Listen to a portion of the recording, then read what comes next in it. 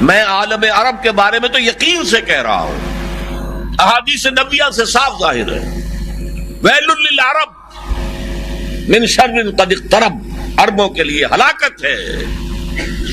حدیث میں آتا ہے کہ ایک شخص کے 100 بیٹے ہوں گے تو 99 مر جائیں گے، ایک بچے گا۔ سب سے بڑے مجرم وہ ہیں، ان کی مادری زبان میں اللہ کا کلام، اور انہوں نے اللہ کے کلام کے پیچھے اپنے آپ کو نہیں لگایا، اسے اپنا امام نہیں بنایا۔ کہتے ہیں وَاجْعَلْهُ لَنَا إِمَامًا وَنُورًا وَهُدًى، اسے ہمارا امام بنا دے۔ تم بناؤ گے تو بنے گا نا امام، بنانے کو تیاری تھی، دعائیں مانگ رہے ہیں بڑی لمبی لمبی، ایک ایک گھنٹے کی دعا جو ہے حرمین کے اندر مانگی جا رہی ہے تراویح کے بعد اور ختم قرآن کے بعد۔ یہ دعائیں تمہارے منہ پر دے ماری جاتی، ہو کون تم؟ لستم علی شیء حتی تقیموا التوراۃ والانجیل وما انزل الیکم من ربکم، اے نبی کہہ دیے اہل کتاب سے تمہاری کوئی حیثیت ہماری نگاہ میں نہیں ہے جب تک کہ تورات اور انجیل کو قائم نہیں کرتے۔ یہی بات اپنے بارے میں سمجھیے، یا اہل القرآن لستم علی شیء حتی تقیموا القرآن، جب تک قرآن کے نظام کو قائم نہیں کرتے تمہارا منہ نہیں ہے کہ ہم سے دعا کرو، دفع ہو جاؤ۔ تم پڑھو قنوت نازلہ، کوئی اثر نہیں ہوگا۔ ڈھاکہ فال ہو گیا، روتے رہے، چیخ چیخ کر پکارتے رہے، حرمین میں پکارتے رہے، سنا اللہ نے۔ ابھی مرا ہے وہ جگجیت سنگھ اروڑا، جس کے سامنے یوت الجزیۃ عن ید وہم صاغرون، آپ کے جرنیل ٹائیگر نے اپنا جو ہے ریوالور پیش کیا تھا۔ جگجیت سنگھ اروڑا یہی کا تھا، گجرانوالے کا۔ بہرحال ابھی ایک امید ہے، جب تک بھی اللہ تعالیٰ مہلت دیتے ہیں، لیکن اس کا راستہ کیا ہے؟ پہلے تو میں امید افزا باتیں آپ کو بتا دوں۔ احادیث صحیحہ میں اس کی خبر دی گئی ہے کہ قیامت سے قبل پوری دنیا میں اسلام کا نظام قائم ہوگا، اور یہ اتنی پختہ حدیثیں ہیں کہ جو شخص ان کو پڑھ کر بھی شک کرے اس بات میں سمجھتا ہوں اس کا ایمان حضور پر نہیں ہے صلی اللہ علیہ وسلم۔ میں پڑھ نہیں سکتا، وقت نہیں ہے اتنا، لیکن ہم نے نوید خلافت کے نام سے 4 ورقہ بہت لاکھوں کی تعداد میں شائع کیا ہے۔ غلطی ہوئی ہے، آج بھی مجھے لے آنا چاہیے تھا 200-400 آپ کو تقسیم کرنے کے لیے۔ دوسرے اشارے ہیں، یہ پہلی بات تو ایسی ہے 100% کہ جس میں شک نہیں مجھے، جتنا مجھے یقین ہے کہ مجھے موت آئے گی، اور جتنا مجھے یقین ہے کل صبح سورج طلوع ہوگا، اتنا ہی یقین ہے کہ پوری دنیا پر اللہ کے دین کا غلبہ ہوگا۔ اس وقت یہودی اور عیسائی اسلام کو مٹانے پر تل گئے۔ عیسائی یہودیوں کے اعلی کار ہیں، اصل جو یوز کر رہے ہیں انہیں وہ یہودی زائنسٹ، اور یہودیوں کا اصل اعلی کار ویسٹ، وائٹ اینگلو سیکسن پروٹیسٹنٹس، برطانیہ کے لوگ اور USA کے پروٹیسٹنٹس، جنہیں کہا جاتا ہے کرسچین زائنسٹ۔ یہ زائنسٹ ہیں، یہودی ہیں اگرچہ عیسائی ہیں، یہ تلے ہوئے ہیں اسلام کو ختم کرنے میں۔ اقبال نے کہا ہے دنیا کو ہے پھر مار کا روح و بدن پیش، تہذیب نے پھر اپنے درندوں کو ابھارا، اللہ کو پامر دیے مومن پہ بھروسہ، ابلیس کو یورپ کی مشینوں کا سہارا۔ وہ مقابلہ آنے والا ہے، اور اس میں آخری غلبہ اسلام کو ہوگا۔ اس کے لیے پہلے کسی عرب سے مشرقی علاقے کے اندر نظام خلافت قائم ہوگا۔ حضور کی یہ حدیث بھی ہے کہ مجھے ہندوستان کی طرف سے ٹھنڈی ہوا آ رہی ہے۔ اقبال نے کہا میرے عرب کو آئی ٹھنڈی ہوا جہاں سے، میرا وطن وہی ہے، میرا وطن وہی ہے۔ اور حدیث میں آیا ہے یخرج الناس من المشرق یؤطئون للمہدی یعنی سلطان۔ کسی مشرقی ملک میں اسلام کا نظام قائم ہوگا اور وہاں سے فوجیں آئیں گی جو عرب میں حضرت مہدی کی حکومت قائم کریں گے۔ حضرت مہدی کا ظہور تو وہی ہوگا عرب میں۔ لیکن عرب کھوکھلے ہو چکے، عیاشیوں کی وجہ سے ختم ہو چکے، ان میں دم نہیں ہے۔ فوجیں جائیں گی کسی مشرقی، اب مشرق میں کون ہے؟ ایران ہے، وہ خلافت کا قائل ہی نہیں، وہ تو امامت کے قائل ہیں۔ پھر افغانستان ہے، پھر پاکستان ہے۔ یہ ہے وہ خطے کہ جہاں سے انشاءاللہ خلافت کا نظام دوبارہ ابھرے گا اور یہیں سے پھر پھیلے گا۔ یہ چاہتے ہیں کہ اللہ کے نور کو اپنے منہ کی پھونکوں سے بجھا دیں۔ بش تلا ہوا ہے، اسرائیل تلا ہوا ہے، یورپ تلا ہوا ہے۔ اسلام کو ہم ختم کریں گے۔ اسلام کو مذہب کی حیثیت سے ختم نہیں کرنا چاہتے، رہو، نماز پڑھو، روزہ رکھو، ہمیں کوئی اعتراض نہیں، لیکن اسلام کا سیاسی نظام، اسلام کا معاشی نظام، اسلام کا سماجی نظام، nothing doing, there can be no compromise، ہمیں ختم کر کے رہے۔ الیکشن کے ذریعے سے نہیں ہوگی، حضور الیکشن کے ذریعے سے حکومت نہیں بنا سکتے تھے، بلکہ آیت اللہ خمینی الیکشن کے ذریعے سے قیامت تک ایران کے اندر وہ حکومت نہیں بنا سکتا تھا، وہ انقلاب ہوتا ہے، جانے دینی پڑتی ہے اس کے بغیر۔ میں نے کہا کہ یہ تو اللہ کے ہاتھ میں ہے، اب یہ کہ کرنا کیا چاہیے، یہ ہے میری تقریر کا آخری حصہ۔ دیکھیے، ذوالفقار مرزا نے جو کچھ کہا اور سید قائم علی شاہ نے، میں خوشائند سمجھتا ہوں کہ طالبانائزیشن اور ہے، اسلامائزیشن اور ہے، ٹھیک ہے، چلیے آواز مکے اور مدینے۔ طالبانائزیشن کے اندر کچھ بغیر تعلیم یافتہ، کچھ جذباتی، اس طرح کے لوگ بھی ہیں جن میں انتہا پسندی بھی ہے، جیسے کہ میں پہلے بیان کر چکا، افغانستان میں ہوا ہے، افغانستان کے اندر بھی رفتہ رفتہ وہ اپنی چیزوں سے نکل رہے تھے، نکل جاتے ہیں، لیکن موقع نہیں دیا گیا، نبتی ایول ان دی بٹ ختم کر دیا گیا۔ اسی طرح ہمارے سرحدی صوبے میں جیسا کہ میں بتایا 3 قوتیں برسرکار ہیں، who is who knows it، کون کیا کہے۔ لیکن بہرحال یہ کہ پہلی بات یہ، اسلام اور پاکستان لازم و ملزوم ہیں۔ یہاں اسلام آئے گا تو یہ ملک رہے گا، نہیں آئے گا تو ختم ہو جائے گا، اس میں کوئی شک نہیں۔ میری 2 کتابیں پڑھ لیجیے اگر اللہ توفیق دے، ہمت دے، اسلام اور پاکستان، یہ سن 67-68 کی تحریریں میری ہیں۔ جینیسس آف پاکستان کیا تھا، how Pakistan came into existence. پھر یہ کہ میں نے استحکام پاکستان کے نام سے سن 85 کے اندر کتاب لکھی ہے، یہ دونوں کتابیں پڑھی ہیں۔ پاکستان کا کوئی جواز نہیں اگر یہاں اسلام نہ آئے، اور واقعتاً ہم جواز کھو چکے ہیں، یہ تو اللہ تعالیٰ ہمیں مہلت دے رہا ہے۔ لیکن اب یہ سمجھ لیجئے، یہ اللہ تعالیٰ کی طرف سے ایک خاص مہلت ہے، اور شاید آخری مہلت ہے جو ہمیں مل رہی ہے۔ یہاں اسلامائزیشن نہ ہوا تو یہ ملک نہیں رہے گا۔ میں یہاں آپ کو ایک شعر سنا دوں، ہے تو ایک ایسی شخصیت کا جو کچھ کنٹروورشل بھی ہو گئی، بعد میں بدنام بھی ہو گئی۔ ایک زمانے میں جماعت اسلامی کے بڑے مخلص کارکن تھے وہ، مولانا کوثر نیازی۔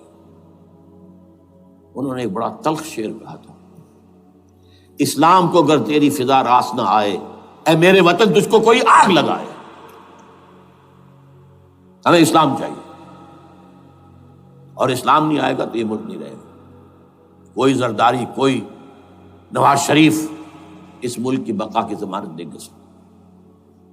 اس کی بقا ہے اگر تو اسلامائزیشن ہے۔ 61 سال کی ہماری بے وفائی اللہ کے ساتھ کیے ہوئے وعدے کی، اس کا ایک عذاب ادنا ہم جھیل چکے ہیں۔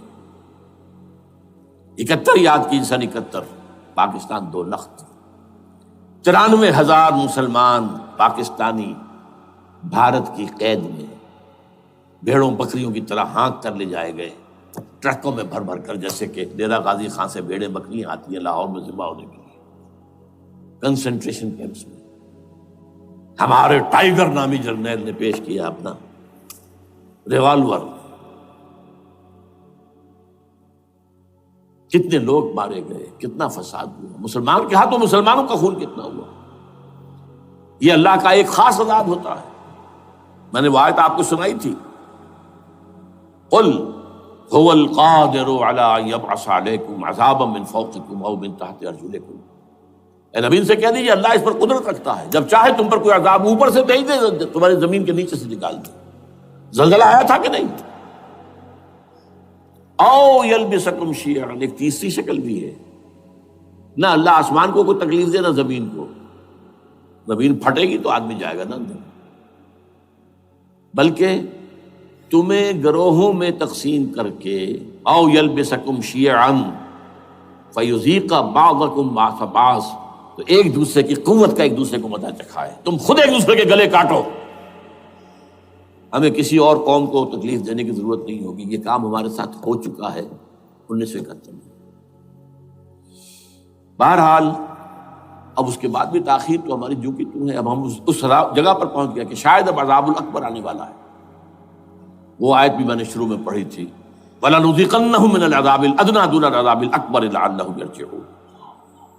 چھوٹا عذاب آیا سن 71 میں پاکستان، بہرحال مغربی پاکستان تو برقرار رہا، اس کا نام بھی پاکستان رہا۔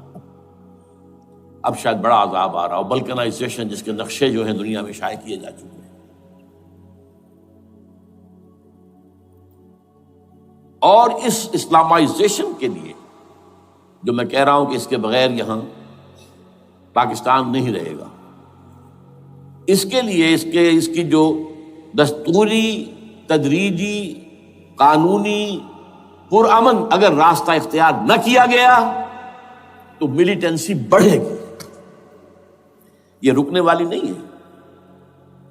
یہ جو اوپر کا جو علاقہ ہے، ایک ٹرائنگل ہے جس کا نقشہ کھینچا ہے ایک بہت بڑے مصری ادیب اور مورخ نے، شکیب ارسلان ان کا نام تھا۔ انہوں نے کہا ہے کہ یہ پامیر سطح مرتفع جو ہے، پامیر جسے روف آف دی ورلڈ کہا جاتا ہے، اس سے پہاڑوں کے سلسلے نکلتے ہیں، کوئی چین کی طرف چلا گیا، کوئی تبت کی طرف چلا گیا، جو قراقرم ادھر آ گیا پاکستان کی طرف، ہمالیہ آ گیا پاکستان انڈیا کی طرف، ادھر ہندو کش چلا گیا افغانستان میں۔ یہ سب جیسے کہ ایک جو پہیا ہوتا ہے، اس کے جو لگے ہوتے ہیں سپوکس جنہیں کہتے ہیں۔ اس نے کہا کہ ایک طرف ہمالیہ اور ایک طرف ہندو کش، اس کے درمیان میں جو قوم رہتی ہے،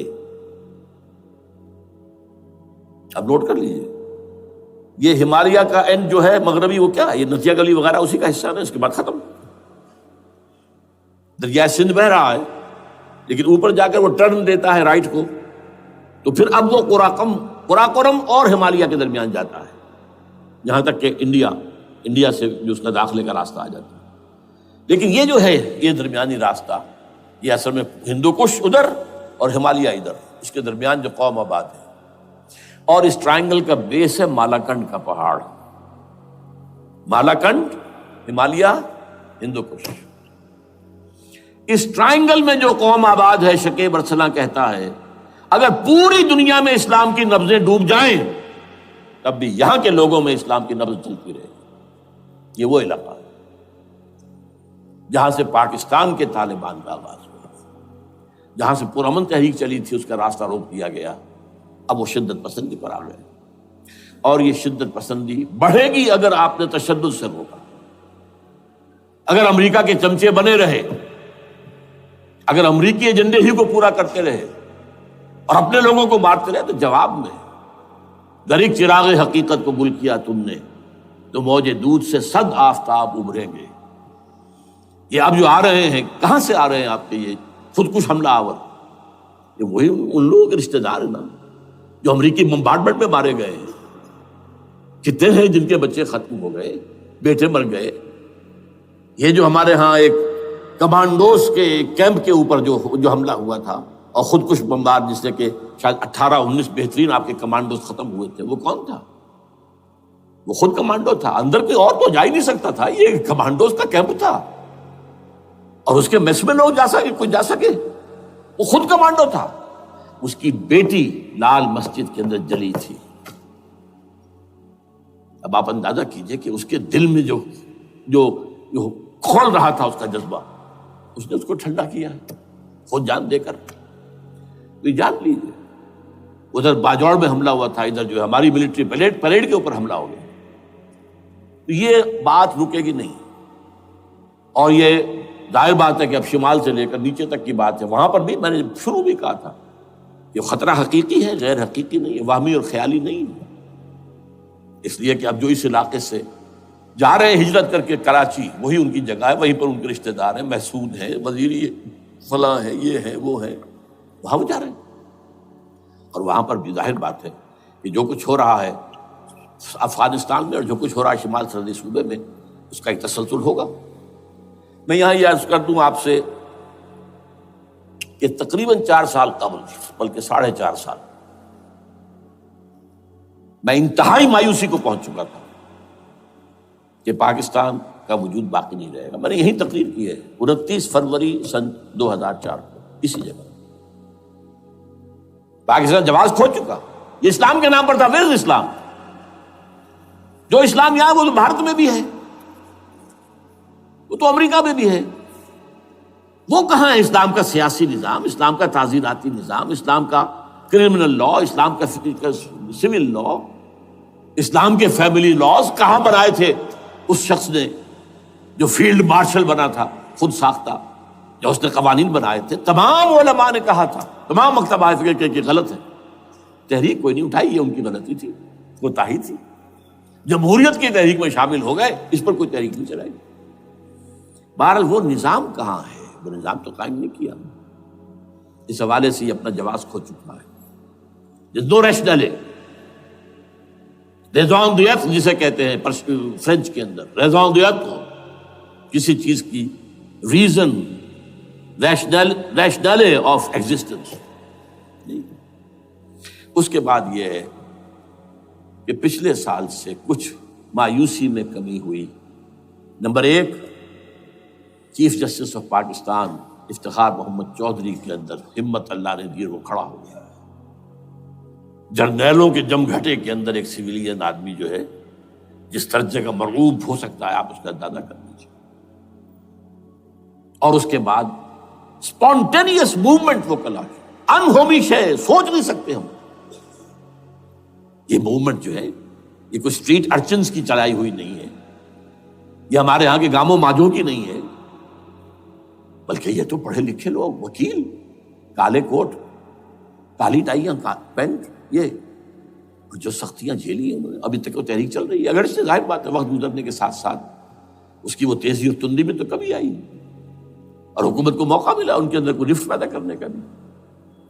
لیکن بہرحال ان دونوں چیزوں سے میری مایوسی میں قدرے کمی ہوئی۔ اب دوسری بات وہ تھی 18 فروری کے الیکشن کا پرامن طور پر منعقد ہو جانا۔ میں یہ سمجھتا تھا کہ جو اس کے اندر دخل اندازی ہے، رگنگ ہو گئی ہوئے، کیسے ممکن ہے پاکستان میں الیکشن ہو اور رگنگ نہ ہو؟ پھر تحریک چلے ہی چلے، کیونکہ تحریک تو چل رہی ہے پہلے سے، صرف اس کے اوپر تیل اور ڈالنا ہے نا،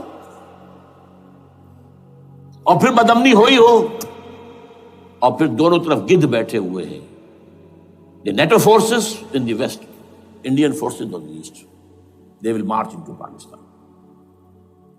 اور پاکستان کے ایٹمی دانت توڑ کر Pakistan will be put at the mercy of India, Bharat. Now do whatever you like. Condoleezza Rice کا میں آپ کو بیان سنا چکا ہوں۔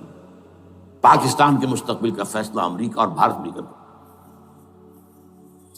بہرحال اب تیسری جو امید ہوئی ہے، یہ کل پرسوں میں جو ہوئی ہے، کولیشن جو ہے یہ ناکام ہوتی نظر آ رہی تھی، لیکن یہ کہ صدر کے مواخذے پر یا صدر کے خلاف جو ایک کارروائی ہو رہی ہے، اللہ کرے کہ وہ پوری ہو جائے، یا اس سے بھی بہتر ہے کہ وہ خود ہی استعفیٰ دے کر دفع ہو جائے۔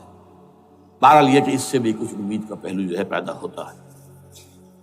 اب یہاں اسلامائزیشن کا پرامن، تدریجی اور اسلام اور دستوری اور قانونی طریقہ کیا ہے؟ وہ طریقہ کیا ہے؟ 1949 اور 50 میں جو عمل شروع ہوا تھا، جو اس کے بعد سے آج تک جو ہے ختم ہو گیا، اس کو اثر دور شروع کیا جائے۔ دوڑ پیچھے کی طرف اے گردش ایام کی۔ 49 میں کیا ہوا تھا؟ قرارداد مقاصد۔ وہ گویا کہ پاکستان میں نظام خلافت کی جڑ تھی جو رکھ دی گئی تھی کہ sovereignty belongs to Allah and whatever authority we have it's a sacred امانت. یہ تو اصل میں استعمال کی جائے گی یہ قوت کتاب و سنت کے دائرے کے اندر. دس از خلافہ. ان ایسنس اٹ از خلافہ. خلافت کی بنیاد رکھ دی گئی. اس سے پہلے 48 میں سن 47 کی ایک تقریر کی وجہ سے جو غلط فہمی پیدا ہوئی تھی قائد اعظم کی 11 اگست کی، اس کا انہوں نے کراچی کی ہائی کورٹ بار ایسوسیشن میں جا کے کہہ دیا تھا. کچھ لوگ شرارت کے ساتھ یہ پروپیگنڈا کر رہے ہیں کہ پاکستان میں دستور شریعت پر مبنی نہیں ہوگا، یہ فتنہ ہے، غلط کہہ رہے ہیں. نفی کر دی تھی. اب یہ دوسری بات ہے کہ اندھوں کے اندھے جو ہیں وہ اس 11 اگست کی تقریر کو لیے پھرتے ہیں، اس کے ایک جملے کو، اور یہ اتنی کھلی بات جو کی شریعت کا لفظ، شریعت، پاکستان کا دستور جو سمجھتا ہے کہ شریعت پر نہیں مبنی ہوگا وہ غلط کہتا ہے، وہ شریر ہے، شرارت پیدا کر رہا. یہ قائد اعظم کے الفاظ. بہرحال اس کے بعد ایک عمل کیا ہوا تھا سن 50 میں، یہاں کے سیکولر عناصر نے ایک بڑا شور مچایا، کس کا اسلام لاؤ گے؟ شیعہ کا، سنی کا، دیوبندی کا، بریلوی کا، وہابی کا، کس کا اسلام؟ اللہ تعالیٰ غریق رحمت کرے ان بزرگوں کو. پاکستان کے تمام مذہبی مکاتب فکر کی ٹاپ کی قیادت جمع ہو گئی کراچی میں. شیعہ بھی، اہل حدیث بھی، بریلوی بھی، دیوبندی بھی. 31 علماء، جماعت اسلامی بھی، مولانا مودودی بھی اس میں تھے. انہوں نے 22 پرنسپلز ایگریڈ اپون، دستور بنانے کے لیے 22 پرنسپلز ہیں، حاضر ہیں، بناؤ دستور. اب کوئی دلیل نہیں رہی، کوئی عذر نہیں رہا. تمام مکاتب فکر کے لوگ جمع.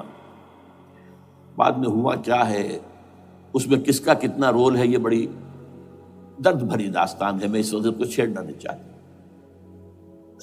حاصل کیا ہے، وہاں سے ہمارا پروسیس ڈیریل ہوا، کچھ اپنوں کے کیے، کچھ بیرونی دباؤ کے تحت.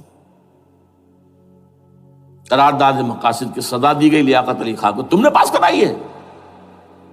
اسے ایسے قتل کیا گیا کہ سراغ تک نہیں ملا کہ کس نے قتل کیا. یہ ایسے تو نہیں ہوتا، اس میں پیچھے بڑے بڑے کریکٹرز، بڑے بڑے کردار. اب اس کے بعد وہ عمل کیسے شروع ہو؟ ضیاء الحق نے جو ایک ادارہ قائم کیا تھا فیڈرل شریعت کورٹ، اصولی اعتبار سے بہترین قدم. وہ کیا تھا؟ یہ شریعت کورٹ ہے، اس میں کوئی شخص لائے پیٹیشن کہ پاکستان کا فلاں قانون جو ہے میں ثابت کرتا ہوں کتاب و سنت کے منافی ہے، یا کورٹ سو موٹے لے لے کسی بھی معاملے کو، ایگزسٹنگ جو قوانین ہیں ان کا جائزہ لے کہ اس میں یہ پورا قانون یا اس کی یہ شق جو ہے یہ خلاف شریعت ہے. اس پر آرگومنٹ ہو، دونوں طرف کے دلائل ہوں، علماء بھی آئیں، وکلاء بھی آئیں، بحث کریں. شریعت کورٹ کا تو میدان ہوتا کھلا. بالآخر اگر کورٹ فیصلہ دے دے کہ ہاں یہ ایگزسٹنگ قانون یا جو قانون قابل زیر غور ہے بننے جا رہا ہے یہ خلاف شریعت ہے یا جزوً شریعت کے خلاف ہے، تو وہ اسے کینسل کر دے گا اور کہہ دے گی کورٹ کہ اگر یہ مرکزی معاملہ ہے تو مرکزی حکومت، صوبائی معاملہ تو صوبائی حکومت اتنی مدت میں 3 4 6 مہینے کے اندر اندر اس کی آلٹرنیٹ لیجسلیشن کر لے. جیسے ہی مہلت ختم ہوگی یہ قانون ڈیفنکٹ ہو جائے گا. اصولی اعتبار سے اس سے زیادہ صحیح اسکیم کوئی نہیں سوچ سکتا. آج بھی میں قائل ہوں. لیکن یہ بدبختی تھی اس شخص کی، ضیاء الحق کی، اس کو بالکل غیر مؤثر کر دیا. 2 ہتھکڑیاں پہنا دی، 2 بیڑیاں پہنا دی. کانسٹیٹیوشن آف پاکستان آپ کے دائرے کار سے خارج ہے. یہ سیکریٹ کاؤ ہے، ہاتھ نہ لگانا. جو جوڈیشل پروسیجرل لاز ہیں، ضابطہ دیوانی، ضابطہ فوجداری، یہ بھی تمہارے دائرے سے خارج ہے. مالی معاملات 10 سال تک خارج، اور فیملی لاز مستقل خارج. انا للہ و انا الیہ راجعون. اب کرنے کا کام کیا ہے؟ نمبر 1، فیڈرل شریعت کورٹ کے دائرے پر جو تحدیدات ہیں، لیمیٹیشن ختم کی جائیں یکسر. نمبر 2، اس کا سٹیٹس کم سے کم ہائی کورٹ کے درجے کا ہونا چاہیے. نمبر 3، اس میں جید علماء کو لا کر بٹھایا جائے، ان کی میجورٹی ہونی چاہیے، وہ کلا بھی ہوں، جدید تعلیم کے جدید قانون کے جاننے والے، لیکن علماء بھی ہوں۔ اگر آپ جید علماء کو لے آئیں گے تو پھر وہ جو عام مولوی ہے بیچارہ، وہ جو پوری طرح نیم خواندہ ہے یا نیم تعلیم یافتہ ہے، یا ہمارا عام آدمی ہے جو طالبان کے انداز کے اندر وہ شدت پسندی پر آ گیا ہے، اسے یہ اندازہ نہیں ہے کہ دین میں اہمیت کس شے کی اول ہے، پھر دوسری کون سی، ثانوی شے کون سی ہے۔ اب اس کے بجائے علماء، جدید علماء، تمام جو ہے مسالک کے علماء اس میں شامل کیے جائیں۔ اس کے فیصلوں پر نظر ثانی کا کھلا موقع ہونا چاہیے، ایک دفعہ عدالت فیصلہ کر دے، نظر ثانی کا موقع ہونا چاہیے۔ اور کسی شہری کی طرف سے پیٹیشن آئے یا سو موٹو، وہ جائزہ لے اور ایک ایک کر کے قوانین جو ہے غلط ختم، ان کی جگہ پر لیجسلیشن پارلیمنٹ ہی کرے گی یا صوبائی اسمبلی کرے گی۔ کورٹ کا کام لیجسلیشن نہیں ہے، وہ یہ کہہ سکتا ہے کہ یہ بھائی یہ معاملہ جو ہے شریعت سے تجاوز کر گیا ہے، یا فلاں جو قانون تم بنانے چلے اس کی یہ جو ہے شریعت کے خلاف ہے، بس فیصلہ یہ دے گی۔ ظاہر بات ہے لیجسلیشن اس کا کام نہیں، لیجسلیشن جو کرے گی آپ کی نیشنل اسمبلی کرے گی، آپ کی صوبائی اسمبلی کرے گی، لیکن وہ اس کا متبادل قانون لے آئیں اور پہلا قانون ختم ہو جائے گا۔ اچھا، اس عرصے کے دوران جو کونسل آف اسلامک آئیڈیالوجی پر ارب روپیہ خرچ ہوا ہے، اس کی رپورٹوں کے انبار لگ گئے ہیں، کسی ایک سفارش کو بھی آج تک پارلیمنٹ میں پیش نہیں کیا گیا، اور اس میں جید علماء رہے ہیں اور تمام مکاتب فکر کے علماء رہے ہیں۔ ان کی رپورٹوں کو رفتہ رفتہ پارلیمنٹ کے سامنے لایا جائے اور ان کے ذریعے سے نئی قانون سازی کی جائے۔ اگر آپ یہ قانونی دستوری راستہ کھول دیں گے اور تجدیداً اس طریقے سے Islamisation of laws of Pakistan ہو جائے تو ظاہر بات ہے کہ پھر جو دہشت گرد ہیں، دہشت پسند ہیں، جن کو آپ خطرہ کہہ رہے ہیں، خطرہ، طالبان آنند، طالبان آ گئے، طالبان آ رہے ہیں، اب ڈرو اور بچو اور مقابلے کی تیاری کرو اور اسلحہ تیار کرو، اگر یہ کام کریں گے تو پھر ظاہر بات ہے کہ وہ تو فساد ہوگا، اور فساد کا نتیجہ کیا نکلے وہ اللہ ہی بہتر جانتا ہے۔ لیکن یہ پروسیس جو میں نے بیان کیا ہے، اگر اس پر عمل ہو جائے تو یہ وہ پروسیس ہے جسے جنرل حمید گل نے کہا تھا کہ اگر ایسا ہو جائے تو یہ سافٹ ریولوشن ہوگا، بغیر تشدد کے، بغیر کسی اور کے۔